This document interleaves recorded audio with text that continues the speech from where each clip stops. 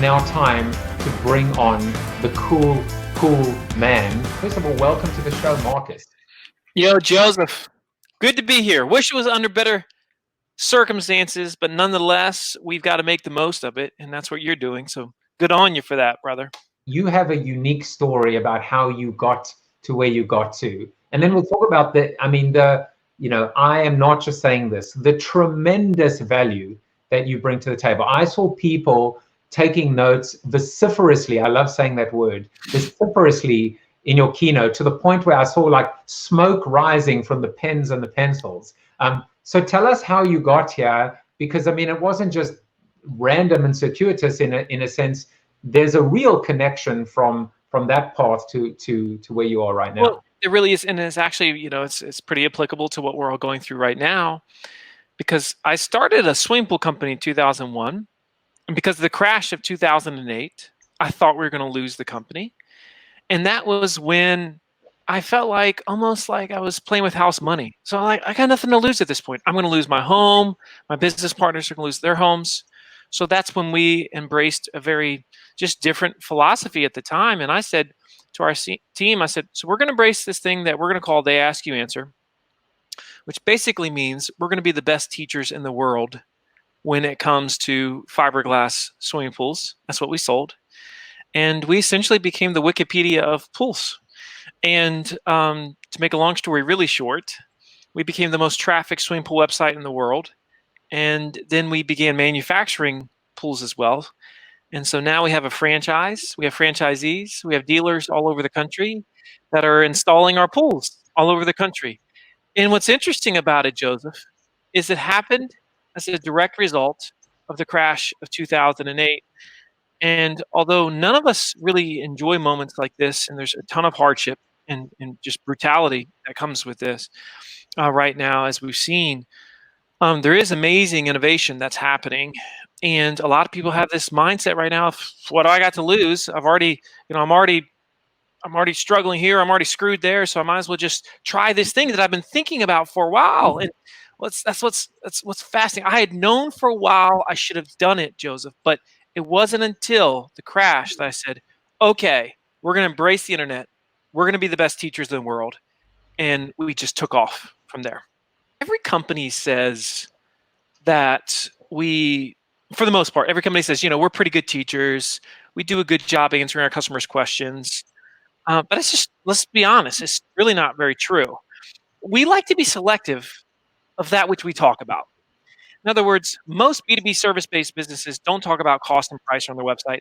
Every single visitor that comes to said website wants to know about cost and price. So that's called selective teaching. The great teachers don't ignore it when Johnny or Ginny in the classroom have their hand raised and say, I would like to know this thing. And our buyers, regardless of what we sell, again, product, service, B2B, B2G, B2C, all this, it's fundamentally all the same psychology that the buyer goes through. Our buyers are the same. They want to know things. And the great divide is those that are willing to give it to them versus those that are not. And we leaned into the ugly stuff. Let me give you an example, Joseph. The stuff we leaned into in 2000, because for years I'd been selling pools, right? Starting in 2001. People had said to me things like, Marcus, is it true that fiberglass pools are ugly? Do fiberglass pools look cheap? Do fiberglass pools pop out of the ground? Do fiberglass pools crack? I heard there's issues with osmotic blistering. I mean, just goes on and on. Every single one of them we addressed very transparently. Nobody had done that. And so that's how we became what we became. The most trafficked swimming pool website in the world. And we've now applied that system, They Ask You Answer, because once the book came out, it just took off. And now it's been applied by thousands of businesses. And I always say this to everybody that's thinking about it. If you talk to most parents or aunts or uncles and you say, let's say your child is sick, what is the first website you go to? The majority in the US say, I go to WebMD. That's right. What the majority say. Pretty quickly, they say WebMD. So if you ask somebody, who is the WebMD of your space right now? The majority of industries don't have one. It just doesn't exist. They might have a brand leader, but it's not the place where everybody knows if I go there, they're going to shoot straight with me. They're going to call a spade a spade. They're going to give me the answers that I'm looking for. Like, that's what you don't find in most industries. And that's what still, despite all the contents that are out there, that is still the opportunity that we have. And even if you think you already have one of those in your space, there's always room on top as well. That's absolutely what I have found over the course of now having an agency since 2010. I'm learning by listening, and I know the story, because, you know, while I was cheating and I made it full screen, I went and I was meaning to like share this on another episode, but I wanted to show you this as well, because this is unbelievable to me, that these startups were founded during the 2008 Great Recession. I haven't seen that, Joseph. That's a really cool slide right there. Isn't that incredible? Yeah. These are not small companies. There are certain common threads and themes that are coming out, you know, through Corona TV, talking to people like you. And that is, number one, be an expert. Yeah. Because everyone is an expert in something. Yes. And what's sad is, I think in our country, in other parts of the world too, this is definitely true, is we frown upon at times people embracing what their genius is, what their gift is. We almost are so afraid that somebody's going to come across as bragging that we tell them, now, tamper down. There's a huge difference between arrogance and a knowing of, this is my thing. I understand this. I can teach this. And you don't have to be the foremost expert, frankly. You just have to be willing to talk about it more than other people in a way that everybody can understand it. You know, I think one of the things that has made the biggest difference for me, and I look back on these last, 10-ish years since I started in this game, was I don't ever try to sound smart. And I think that's the big mistake that people make. You talk about video, when you talk about all the stuff that we see in the social, there's been thousands of times when you and I have looked online, Joseph, and we watched that video, that person, or whatever that thing was, and we could just tell they're trying to prove something in that moment. They're trying to look intelligent or just prove that they belong on that stage in that moment.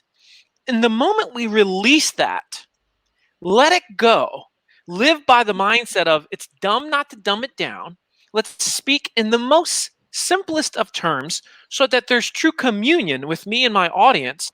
Now, all of a sudden, the light bulb comes on. I could have called the thing content marketing. I called it They Ask You Answer, and it took off for me personally, for my company, because people could put their arms around that. Business owners, generally speaking, don't put their arms around phrases like content marketing, but they can put their arm around a phrase like, hey, do you want to be the best teacher in the world? Yeah, I'm down with that. You know, do you want to truly be the voice of your customers, the ones that they come to when they have a question? Yes, I'm down with that. So I have to tell you, I'm gonna underscore what you said. You did not sound smart when you gave your keynote. The bottom line is, you're authentic, you're credible, you have real experience. You didn't just write a book and theorize it. You actually did it, and your passion was infectious. You were like hopping up and down and walking around, and was memorable. So of course you're smart, but that was the least of it. What the audience says at the end is this: this is so obvious. Why are we not doing this right now? And you can imagine the poor person who's there with their boss, where the boss is like, why are we not doing these things? That's it. That's it. And I think this is more important than ever, especially if you look at, everybody's gone virtual now. What we do not need now is keynotes. What we need is people giving their audience immediate actionable items that they can do tonight to help them feel hope. That's what we need. It's sometimes helping people understand what that immediate first step is in order to accomplish something bolder, bigger, longer term, more enduring. Somebody says to me, Marcus, you think we should really talk about that on our website? I'm like, so do they ask you the question often? Well, yes, but no. We have our moral compass. They ask you all the time. They ask your sales team all the time. They ask your customer service team if you're getting the question all the time, yes, you don't need to debate it in your stinking boardroom as to whether or not it would be advantageous to really address that thing. No, the marketplace has spoken. And when the marketplace speaks, we have a choice. We can either listen to said marketplace, or we can say, no, I ain't going to play that way. I'm going to do it my way. For 2 years, I was saying to my sales team, let's sell through video conferencing. But my swimming pool company said, no, Marcus, can't do that. We got to go to the house. We got to be at the kitchen table. We got to see their backyard. We got to do all these things. Then lo and behold, COVID-19 rolls around. Then all of a sudden, everybody's like, what do we do? Of course, now all of a sudden we had to do it, right? The pain leads to innovation. And the first thing we did, here's the catch, Joseph. We created a video that teaches homeowners how to take photos of their backyard so that they could give those to us, and we could therefore say, yes, I've seen the site, and yes, I can give you a quote by doing a video. And so what was impossible just a few months beforehand in our eyes, in our limited myopic viewpoint, now all of a sudden was obvious. And we had, in April, we went on more sales appointments we've ever been on in the history of the company. Why? Because they were virtual. We were doing 2 and 3 appointments a day, and the salesperson was still eating dinner with their kids. Think about that. And I would argue as a final point that I think whether you're a retailer, and certainly B2B all day long, or a manufacturer, anything that you and I think has to be sold in a face-to-face environment is going to be sold online. Necessity is the mother of invention. Yep. And when times are tough, and when you've got your back against the wall, that's the time when you cobble together and you chicken wire and you duct tape, but you end up in a better place and you end up with a better solution. Case in point, we look at ourselves now and we say, did we need to commute for 4 hours a day? Mm-hmm. And how much loss of productivity and how much misery did that actually create? And what would happen if we split that in half? And what would we do with that time? And how could we be better salespeople, better husbands, better fathers, better employees? It all comes together. It all comes together. 100% it comes together. And now you're competing with time. And time today is a greater competitor than your actual competitors. And if you can be faster than everybody else, and virtual selling allows you to do that, that's where we see the big game changer, even if it's only 80 or 90% as effective as sitting across that table. I hope you enjoyed Marcus as much as I did. It never gets old. You never get old. I feel energized. Marcus, thank you so much for coming in. Thanks, everybody.